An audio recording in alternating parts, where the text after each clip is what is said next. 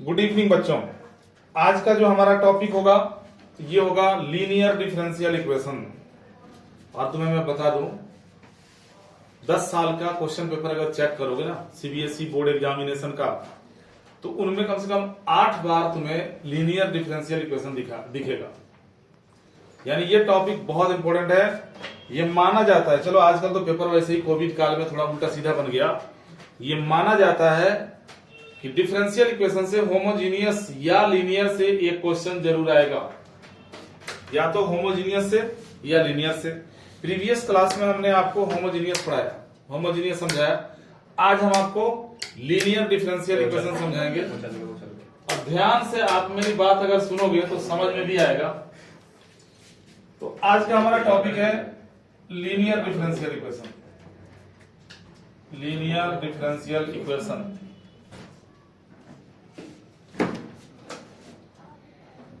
कोई भी differential equation है, सबसे इंपॉर्टेंट होता है पहचानना। अगर तुम ये पहचान जाओगे, अच्छा होमोजीनियस में हम क्या करते थे, y is equal to v x. अब वो y is equal to v x तुम लीनियर में डालोगे तो थोड़े सॉल्व होगा, या सेपरेबल में डाल दोगे तो थोड़े सॉल्व होगा। हर एक टाइप के डिफरेंशियल इक्वेशन के सॉल्यूशन का अलग अलग तरीका बनाया गया है।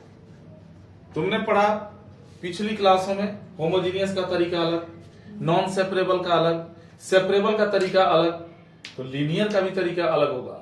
इसको पहचानोगे कैसे?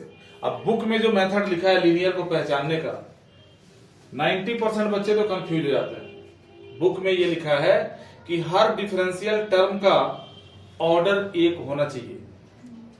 आपने जितनी एक्सरसाइज की, कहीं आपको दो ऑर्डर दिखा? d2y/dx² दिखा? नहीं दिखा। तो ये तो वैसे ही सब में ऑर्डर एक होता है।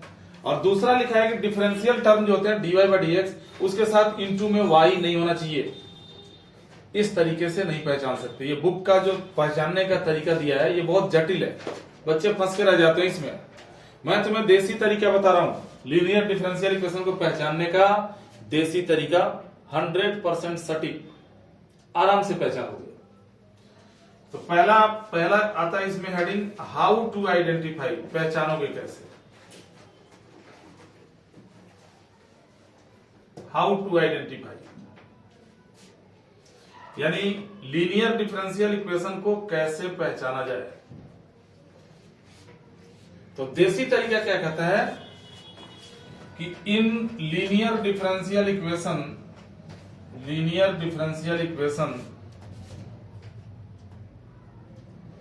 x और y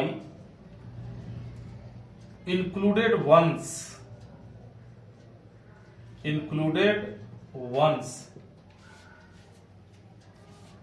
अब इसका मतलब समझो क्या लिखा है। पूरी डिफरेंशियल इक्वेशन में नजर मारोगे, ध्यान से देखोगे, या तो x अकेला दिखेगा या y अकेला दिखेगा। एग्जाम्पल के तौर पे तुमने मान लो dy/dx निकाला, dy/dx plus y/x is equal to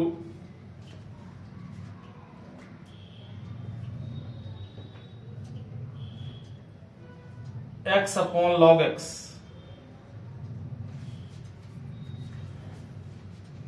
x/log x छोड़ो, x log x लिख दो। पूरे डिफरेंशियल इक्वेशन को ध्यान से देखो। इस y के अलावा कहीं y दिख रहा है?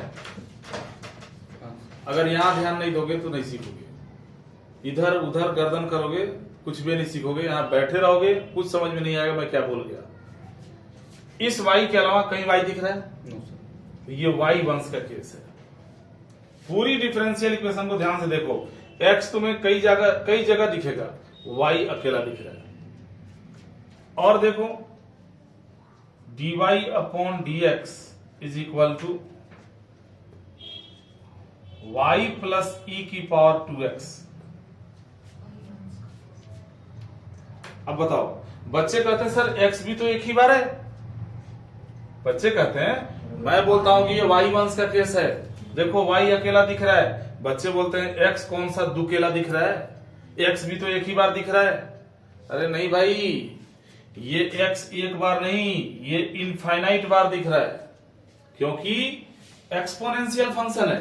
और तुम्हें ये पता है कि e की पावर x को हम लिखते हैं 1 plus x upon 1 factorial plus x square upon 2 factorial plus x Q upon 3 factorial till infinity. तो ये जो e की पावर 2x है ये भी तो इनफाइनाइट सीरीज है। अगर इसको भी खोलोगे तो जहां जहां x है वहां पे 2x डालते चले जाओगे। तो अब ये बताओ कि ये x एक बार दिख रहा है क्या? x तो इनफाइनाइट बार दिख गया ना, तो इसको हम x वंश नहीं बोलेंगे। साइन के साथ हो, कॉस के साथ हो, टेन के साथ हो, लॉग के साथ हो, ये कर्व बनाते हैं, ये इनफाइनाइट सीरीज देते हैं, तो इनको हम x वंश या y वंश नहीं बोलेंगे। x वंश का मतलब x अकेले दिखना चाहिए। देखो ये दिखा रहा हूं मैं तुम्हें, x वंश भी दिखा रहा हूं। x माइनस e की power tan inverse y into d y by d x is equal to 1 plus y square. देख लो ध्यान से, इस x के अलावा कहीं x दिख रहा है? देखना पूरी डिफरेंशियल इक्वेशन में इस x के अलावा तुम्हें कहीं भी x नहीं दिखेगा। तो इस तरीके से यहां देखो, dy upon d x plus y upon x is equal to sine x upon x. चलो अब बताओ कैसे बोलोगे कि ये डिफरेंशियल इक्वेशन लीनियर है? y वंश का केस है। पूरी डिफरेंशियल इक्वेशन में इसके अलावा y कहीं नहीं दिखेगा। तो ये सबसे सटीक तरीका है लीनियर पहचाने का। डिफरेंशियल इक्वेशन को देख लो, होमोजीनियस तो फट से पहचान में आ जाता है, उसके पहचानने का तरीका मैंने बता रखा है। सेपरेबल भी पहचान में आ जाता है उनके फैक्टर्स को देख के, ये भी पहचान में आ जाएगा। अगर ध्यान दोगे तो पहचान में आ जाएगा, अच्छा ये लीनियर डिफरेंशियल इक्वेशन है। अब तुमने लीनियर पहचान लिया, अब इसको सॉल्व कैसे करेंगे? क्योंकि ये सेपरेबल होते नहीं है, इनको भी सॉल्व करने के तरीके बनाए गए हैं। वो तरीका अब सिखाता हूं तुम्हें। यहां देखो, वर्किंग रूल,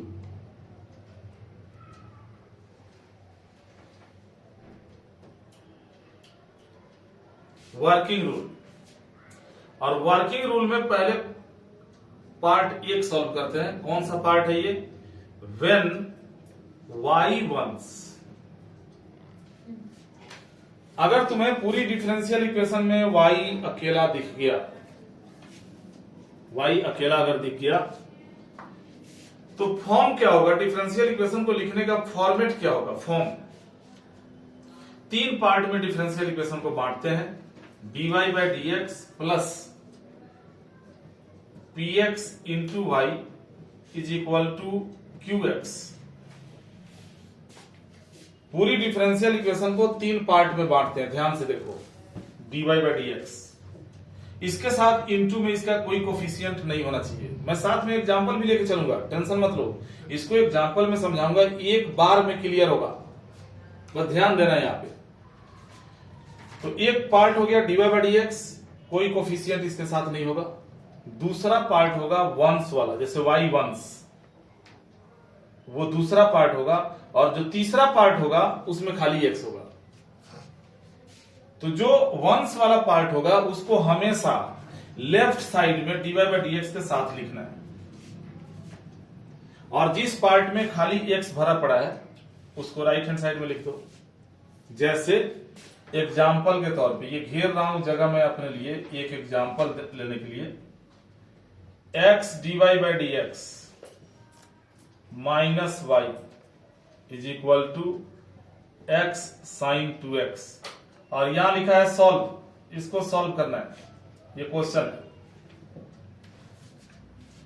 तुमने जैसे ही देखा कि अरे तो लीनियर है, ये तो y वंश का केस है, एक यहां पे y दिख रहा है, इसके अलावा कहीं y नहीं है, तो अब फॉर्म में लेके आना है तो dy बाई डी एक्स के साथ x को हटाना पड़ेगा। dy बाई डी एक्स के साथ कुछ भी नहीं रखना, तो x को हटाने के लिए क्या करोगे? सबको x से डिवाइड कर दोगे। जब इसको ये x स्क्वायर है, ध्यान रखो, जब इसको x से डिवाइड करोगे, सॉल्यूशन देखो, तो ये बन गया dy अपॉन डी एक्स इसको x से डिवाइड करोगे y अपॉन x, और जब इसको x से डिवाइड करोगे तो एक x कट जाएगा, x साइन 2x बच जाएगा। ये देखो हमने एकदम रियल फॉर्म में लिख दिया है। dy बाई dx के साथ वंश वाला टर्म होना चाहिए, ये वंश वाला टर्म हो गया, मल्टीप्लाई।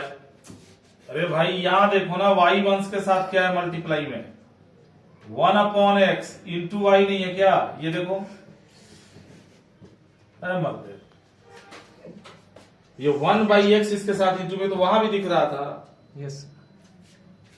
इस टर्म को, वंश वाले टर्म को बाईं तरफ ही लिखना है। अब तुम इससे इसको कंपेयर करो, एक टर्म तुम एक्स्ट्रा लिखवा दिए, मेरे को जगह कम पड़ जाएगी। इससे इसको कंपेयर करो, dy by d x, dy by d x, compare करके बताओ कि इसमें px क्या है और qx क्या है। px क्या है, 1 बाई एक्स, बिल्कुल गलत आंसर है, साइन के साथ लो, -1 बाई एक्स, और qx है तुम्हारा x साइन 2x। ये क्लियर है? अरे px qx क्लियर है? अच्छा, जरूरी नहीं है कि x हो हमेशा, अगर x नहीं होता तो px क्या होता, -1। अगर ये x नहीं होता, खाली -y होता तो px -1 होता। तो अब px qx निकालने के बाद तुम निकालोगे इंटीग्रेटिंग फैक्टर if, और इसका फॉर्मूला होता है e की पावर में px का इंटीग्रेट। हो सकता है कि तुम्हारे एग्जाम में 2 नंबर में क्वेश्चन आ जाए, कोई भी डिफरेंशियल इक्वेशन उठा के दे दे और ये लिख देगा कि फाइंड इंटीग्रेटिंग फैक्टर, तो तुम्हें आईएफ तक निकालना पड़ेगा। 2 नंबर का क्वेश्चन बन गया। पहले भी ऐसे क्वेश्चन एग्जाम में कई बार आ चुके हैं। तो इंटीग्रेटिंग फैक्टर निकालने का ये फॉर्मूला तुम्हें याद रखना है, e की पावर px का इंटीग्रेट। यानी यहां अगर इंटीग्रेटिंग फैक्टर निकालोगे तो क्या लिखोगे, e की पावर में किसका इंटीग्रेट, px हो गया -1 बाई एक्स का इंटीग्रेट। तो 1 बाई एक्स का इंटीग्रेट क्या होता है, log x, तो -log x हो गया। अब तुम्हें पता है कि e से log कट जाता है, ये प्रॉपर्टी में लिखवा चुका हूं। माइनस को ऊपर, तो माइनस तो हटाना पड़ेगा ना, माइनस जब हटेगा तो पावर में जाएगा, और आप लोग धीरे धीरे बोलिए, पावर में -1 आ गया। अब e से log कट गया, x की पावर -1 यानी 1 बाई एक्स, ये निकला इंटीग्रेटिंग फैक्टर। और यही क्वेश्चन अगर आ गया एग्जाम में और तुमसे पूछ दे कि इंटीग्रेटिंग फैक्टर बताओ, तो कितने बच्चे तो इसी में गलती कर देंगे। कोई माइनस छोड़ देगा px लिखते समय, किसी को ये माइनस हटाने नहीं आएगा, किसी को ये प्रॉपर्टी याद नहीं होगा कि e की पावर में अगर log x हो, e की पावर में अगर log x हो तो x हो जाता है, क्योंकि ये नेचुरल लॉग है और इसके बेस में भी तो e होता है ना जी। यहाँ पे ये दोनों मैच कर गया तो ये कैंसिल हो जाएगा, x हो जाएगा। इंटीग्रेटिंग फैक्टर निकालने के बाद सीधा सॉल्यूशन लिखो। सॉल्यूशन इज, क्या होगा solution, y into integrating factor is equal to integrate qx into integrating factor in dx plus में c। अच्छा, ये सॉल्यूशन कैसे बना, ये इंटीग्रेटिंग फैक्टर कैसे बना, इन सब के प्रूफ है, लेकिन आपको जो सीधे क्वेश्चंस मिलेंगे उनमें प्रूफ की जरूरत नहीं है। अगर प्रूफ सीखना होगा तो अगली क्लास में हम इसका प्रूफ एक्सप्लेन करेंगे। फिलहाल अब वैल्यूज डाल दो, ये याद करना पड़ेगा, ये याद करना पड़ेगा। ये सॉल्यूशन क्या होगा, solution y into integrating factor, y into integrating factor हमारा है 1 by x is equal to integrate qx, qx क्या ढूंढो, x साइन 2x, ये रहा qx बराबर x साइन 2x, ये हो गया x sine 2x, qx into में इंटीग्रेटिंग फैक्टर, देखो है ना यहाँ पे qx इंटू इंटीग्रेटिंग फैक्टर, तो इंटू में इंटीग्रेटिंग फैक्टर 1 बाई एक्स, और तब दोनों के प्रोडक्ट का इंटीग्रेट, और प्लस में सी। तो ये x से x कट गया। अब साइन 2x का इंटीग्रेट कर दो। क्या होता है साइन 2x का इंटीग्रेट? माइनस कॉस 2x, और x का जो कोफिशियंट है वो नीचे आ जाएगा। अब प्लस में सी। हो गया, 4 नंबर का काम तुमने कर दिया। बस x को यहां से हटा दो, थोड़ा और अच्छा लगेगा। यानी y is equal to minus x by two cos 2x plus c x. ये रहा तुम्हारा आंसर। कुछ समझ में आया क्या बताया मैंने? अब देखो एक बार और मैं इसका सेकंड पार्ट पहले रिपीट कर लूं, फिर मैं इसको रिपीट कर दूंगा। सेकंड पार्ट क्या कहता है? B part. ये तो था कि जब y वंस हो, when x वंस, अगर x अकेला दिखता है, इकलौता दिखता है, जैसे ये क्वेश्चन है, इसमें x अकेला दिख रहा है, तो ऐसी कंडीशन में हमारा जो फॉर्म होगा वो क्या होगा? dx upon dy। ये अंतर देखना, dy बाई dx और dx अपॉन dy, ये सब गलतियां करोगे तुम लोग। dx upon dy plus p y into में x is equal to q Y.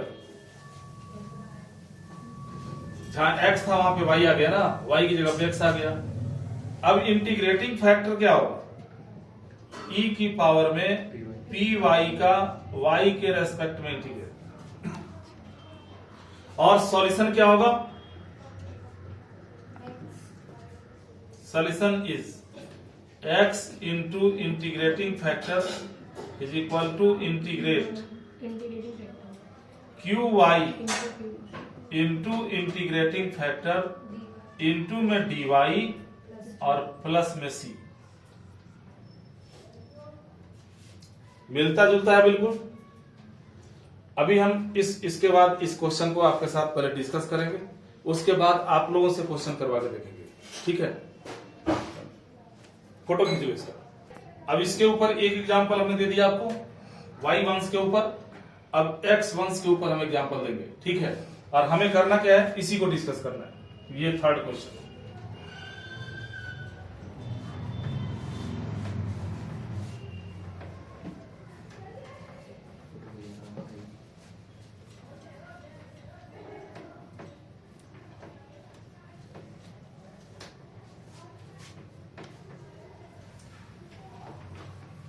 इस बार का हमारा क्वेश्चन है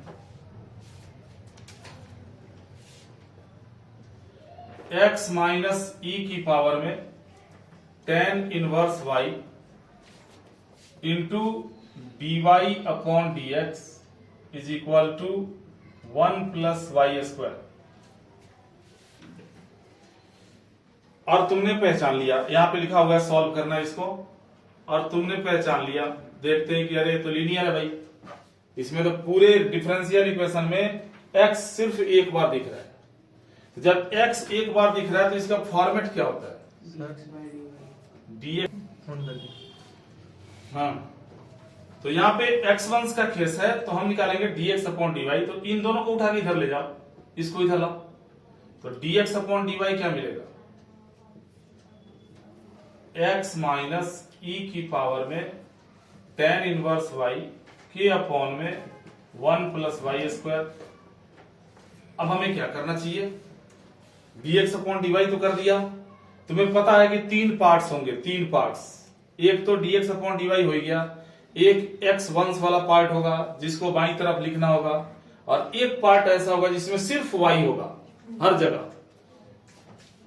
करो, सेपरेट करो। dx upon dy is equal to x upon 1 plus y square minus e की पावर में tan inverse y upon 1 plus y square कर दिया। अब क्या करें? अब इस वंश वाले को उठा के इधर ले आओ, यानी dx upon dy minus x upon 1 plus y square is equal to क्या बचेगा? माइनस ई की पावर में tan inverse y upon 1 plus y square. अब इसमें पी वाई क्या होगा, -1/1 + y², और क्यू वाई क्या होगा, क्यू वाई होगा -e⁻tan 1y/1 + y²।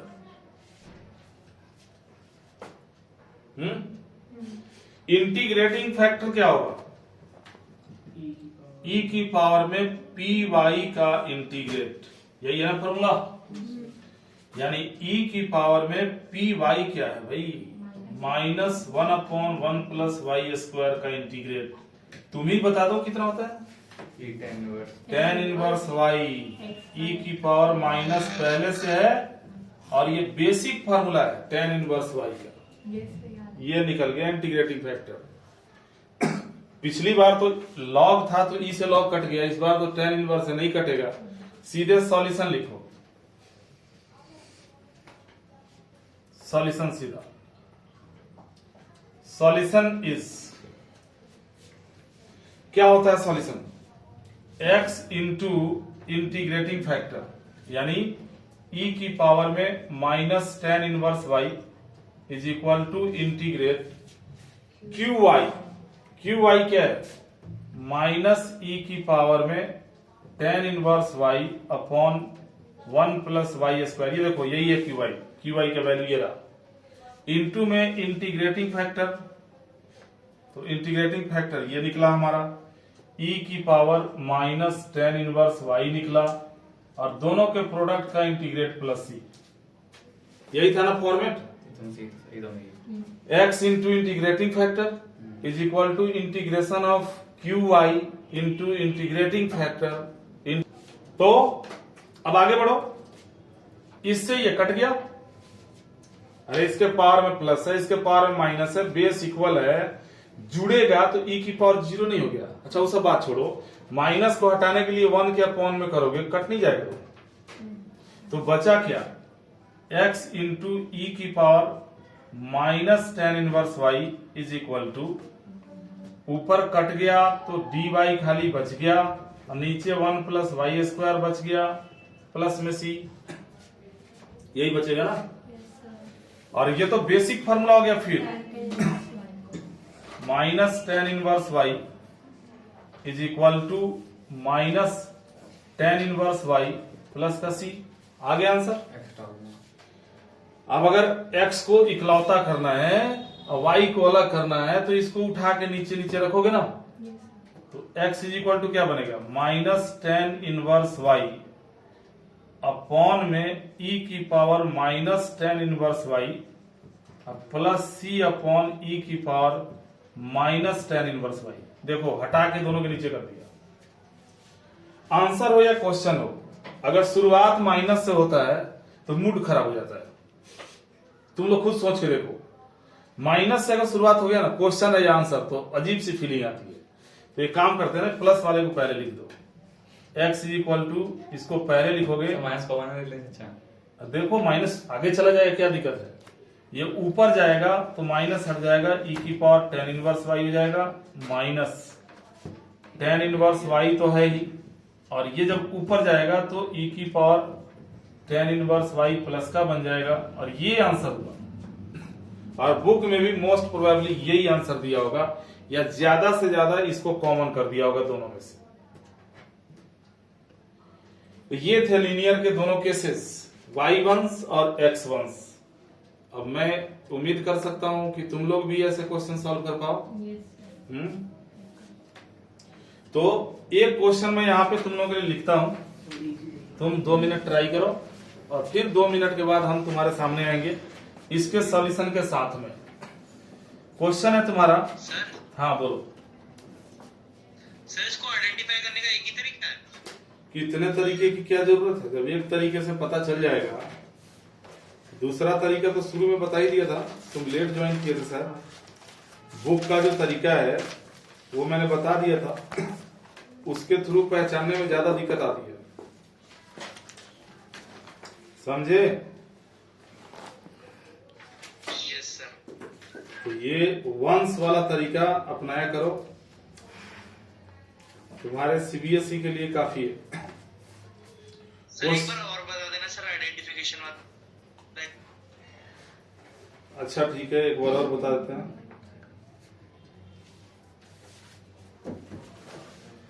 मैंने क्या बताया था कि पूरी इक्वेशन में या तो x एक बार होगा या y एक बार होगा, यही था तरीका पहचानने का है? अब एक ही इसी बात को मेरे से कितनी बार सुनोगे? और अगर दोनों एक एक बार हुए तो? दोनों एक एक बार हो गया तो दोनों तरीके से करो। ये देखो कि जो जो वंस वाला टर्म है वो dy बाई dx के साथ कंफर्टेबली पहुंच रहा है या dx अपॉन dy के साथ। ये देखो जैसे दिखा देता हूं, यहां ध्यान दो, हमने लिख दिया dy by dx is equal to x plus Y.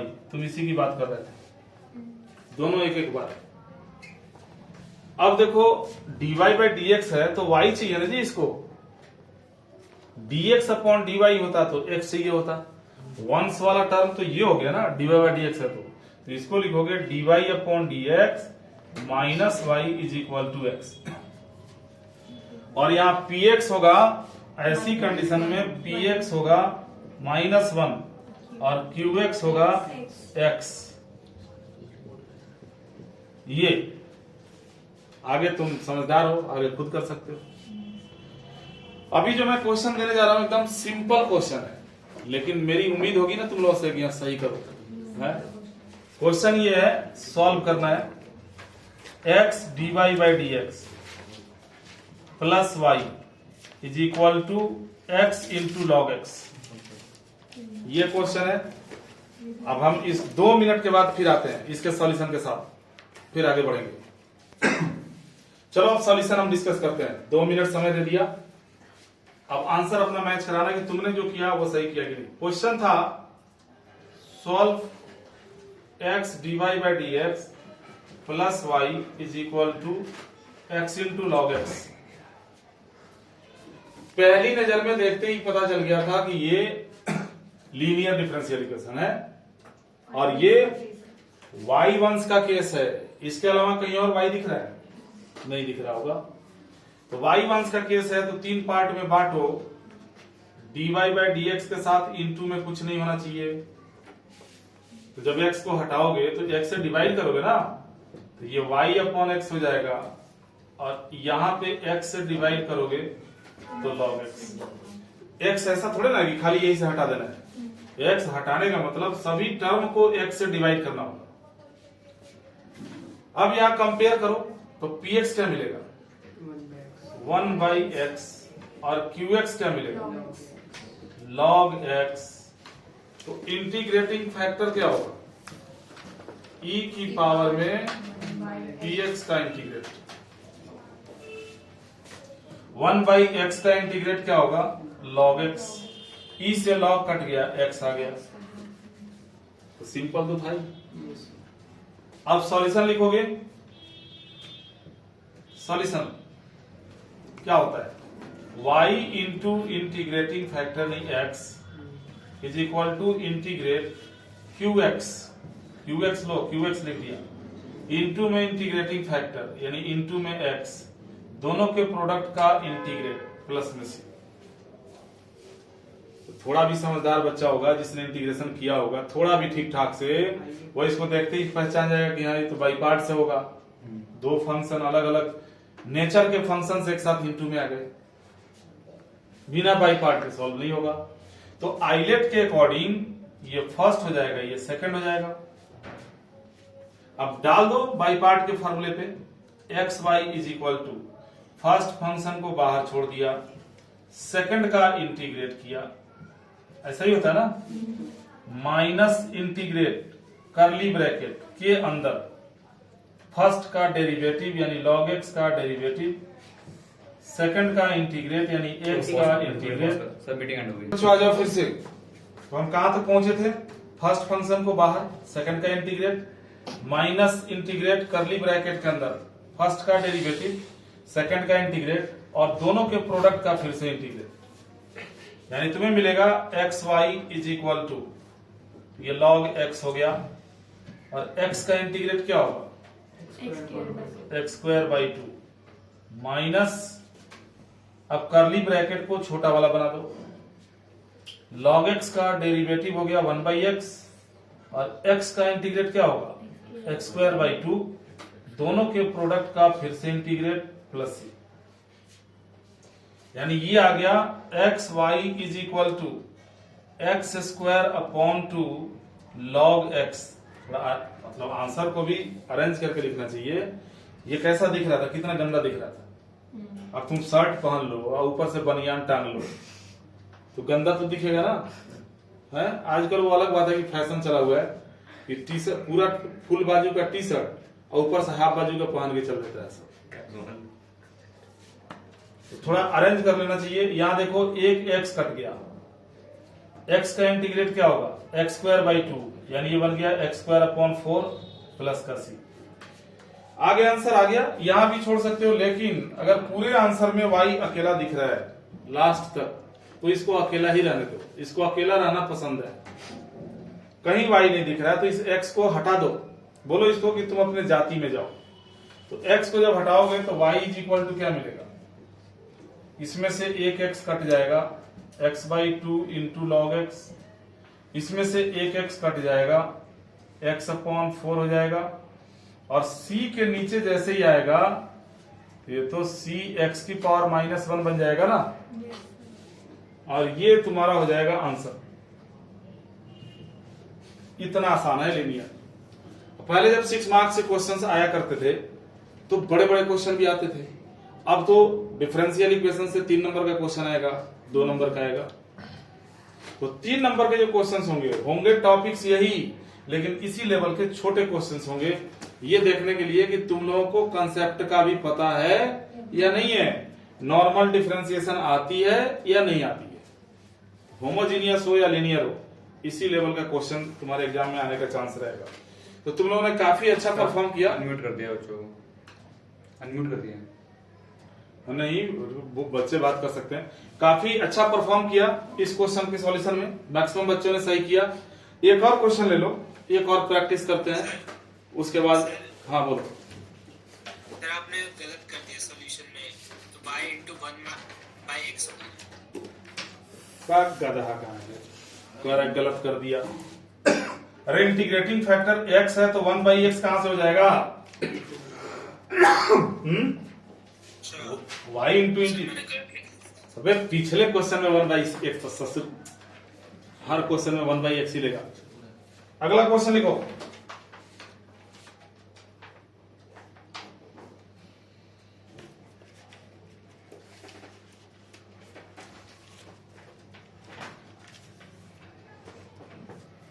अगला क्वेश्चन है तुम्हारे लिए 1 + x² into dy/dx plus y is equal to tan inverse x। 1 + x² into dy/dx plus y is equal to tan inverse x। एकदम 3 number के लिए बहुत बढ़िया question है। इसी लेवल के क्वेश्चन आएंगे 3 मार्क्स में। इसको करो, फिर हम तुम्हारे सामने आते हैं 1.5 मिनट में इसका सॉल्यूशन लेके। अनम्यूट कर दूं, मतलब म्यूट कर यहां देखो, ये y वंश का केस है। पहला काम क्या होता है, dy/dx को कोफिशिएंट रहित बनाना। गधा मल्टीप्लाई कर रहा है, तो 1 + x² को हटाओगे यहां से, तो dy/dx is equal plus y/1 + x² हो जाएगा, और इधर tan इनवर्स x अपॉन में 1 + x² हो जाएगा। हो गया, आ गया फॉर्म में। अब यहां से px निकाल दोगे तो 1/1 + x² और qx निकालोगे तो कितना होगा, tan inverse x upon 1 + x²। यही होगा ना। अब इंटीग्रेटिंग फैक्टर निकालोगे तो e की पावर में px का इंटीग्रेट। अब कोई बच्चा मेरे से प्लस माइनस क्या पूछ रहा था, अब वो देख के समझे यहाँ पे। थोड़ा सा जैसे हमने यहाँ पे से इंटीग्रेट कर देंगे e की पावर वाले कंपोनेंट को, फिर उसमें जैसे इसका इंटीग्रेशन हो जाएगा tan inverse x plus c नहीं लिखेंगे यहाँ पे। नहीं c नहीं लिखेंगे, c नहीं लिखेंगे। ये हो गया e की पावर में tan इनवर्स x। अब सॉल्यूशन लिखो सीधा, सीख भी लेते हैं इंटीग्रेट कर रहे हैं। सॉल्यूशन ले लो फिर बताते हैं।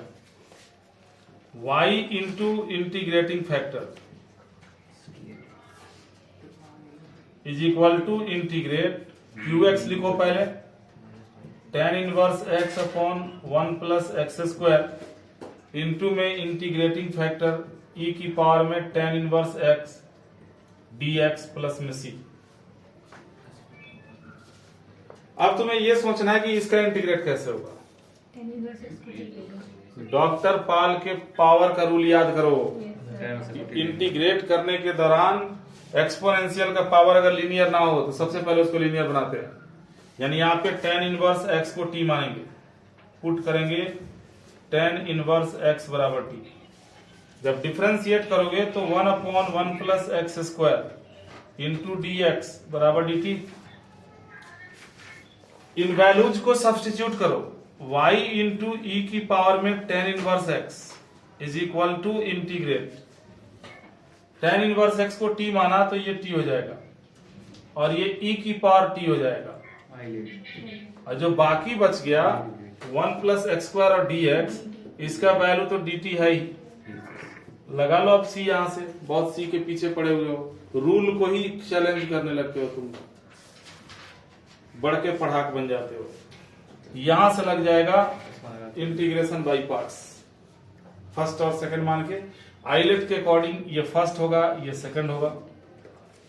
अब क्या होगा, फर्स्ट फंक्शन को बाहर, सेकंड का इंटीग्रेट e की पावर t का e की पावर t हो गया, minus integrate first function t का डेरिवेटिव 1 हो गया और e की पावर t का इंटीग्रेट e की पावर t और तब dt और प्लस में c। इन दोनों के प्रोडक्ट का इंटीग्रेट करोगे, अब जगह थोड़ी कम है तो यहां आ जाओ, ऊपर आ जाओ, क्या मिलेगा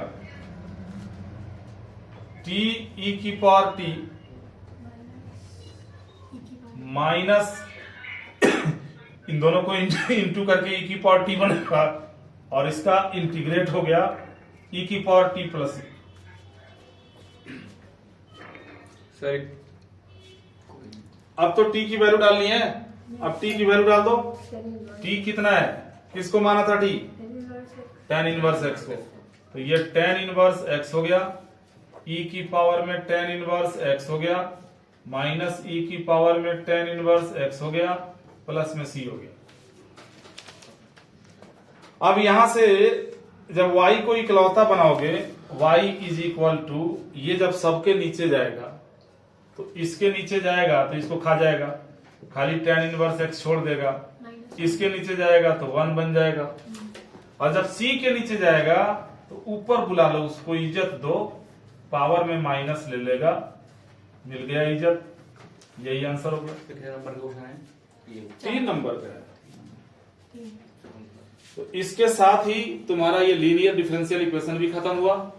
अब मैं इसमें तो एक्सरसाइज में बहुत क्वेश्चन है, आरडी शर्मा की बुक में, मैं इसमें से छांट के होमवर्क यहाँ पे लिख देता हूं। इन क्वेश्चंस को कर लोगे तो इस साल के सीबीएसई बोर्ड एग्जामिनेशन में काम तुम्हारा चल जाएगा। अगर तुम्हारे पास नई आरडी है तो ये होगा एक्सरसाइज 21.10, ये होमवर्क है 21.10, और इससे तुम्हें करना है क्वेश्चन नंबर 2, 3, 5, 2, 3, 5, 10, 15, 16, 10, 15, 16, 20, 21, 22, 24, 25, 20, 21, 22, 24 और 25, बस ये 11 क्वेश्चंस हैं, इनको कर लो। इसके बाहर से क्वेश्चन नहीं आएगा, लीनियर से अगर कोई क्वेश्चन आएगा तो इन्हीं 11 में से आएगा, इन्हीं में से इन 11 को कर लो। अगली क्लास में मैं होमोजीनियस और लीनियर दोनों का डाउट ले लूंगा, उसके बाद ये टॉपिक खत्म, फॉर्मेशन पढ़ना नहीं है, नया टॉपिक शुरू करेंगे हम।